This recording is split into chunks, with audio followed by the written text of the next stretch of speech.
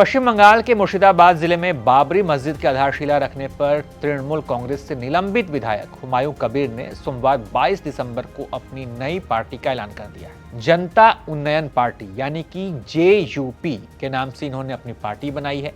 कबीर ने बिलडांगा में एक जनसभा को संबोधित करते हुए कुछ उम्मीदवारों के नाम भी उन्होंने ऐलान किए कि ये उम्मीदवार साल 2026 में जब बंगाल में विधानसभा चुनाव होगा तो ये वहां पर चुनाव लड़ेंगे। भरतपुर से विधायक हैं कबीर और इन्होंने कहा कि वे मुर्शिदाबाद की 2 सीट तेजी नगर और बेलडांगा से विधानसभा चुनाव इस बार लड़ेंगे। कबीर ने अगले साल होने वाले पश्चिम बंगाल चुनाव से पहले एक विवाद खड़ा कर दिया था। कुछ दिनों पहले उन्होंने ऐलान किया था कि मुर्शिदाबाद जिले में एक बाबरी मस्जिद स्टाइल में एक और मस्जिद की नींव बनाने वाले हैं और उसकी आधारशिला रखने का भी काम उन्होंने शुरू कर दिया था। विवाद बढ़ा, बीजेपी ने खूब इस पर बवाल किया, जिसके बाद से TMC ने उन्हें अपनी पार्टी से बाहर का रास्ता दिखा दिया था। हुमायूं कबीर ने कहा कि उनकी पार्टी पिछड़े तबकों के मुद्दों पर फोकस करेगी। RSS प्रमुख मोहन भागवत के बाबरी मस्जिद के निर्माण को लेकर दिए गए बयान पर प्रतिक्रिया देते हुए कबीर ने कहा कि वो भागवत का सम्मान करते हैं, लेकिन वो इस बात से सहमत नहीं है कि इस मुद्दे से पश्चिम बंगाल में अशांति फैल सकती है। उन्होंने कहा कि हम मोहन भागवत का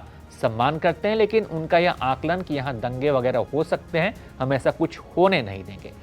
मोहन भागवत जी सारा भारत का राष्ट्रीय स्वयंसेवक का नेता है, उनको मैं सम्मान करते हैं, लेकिन वो जो असेसमेंट किया जो यहाँ कोई दंगा होगी, कोई गड़बड़ होगी, कुछ होने नहीं देंगे। अभी तक कुछ गड़बड़ नहीं हुआ।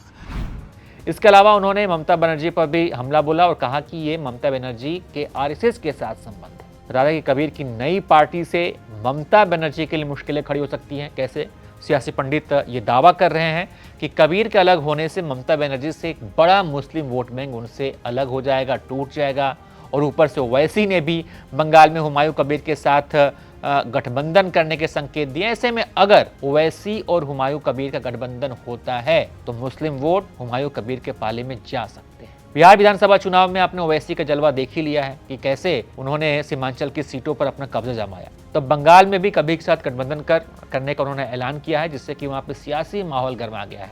सबकी नजरें कहिए तो ओवैसी पर टिकी हुई है। बाकी आप क्या सोचते हैं हुमायूं कबीर की नई पार्टी को लेकर, जो उन्होंने नई पार्टी का गठन किया है?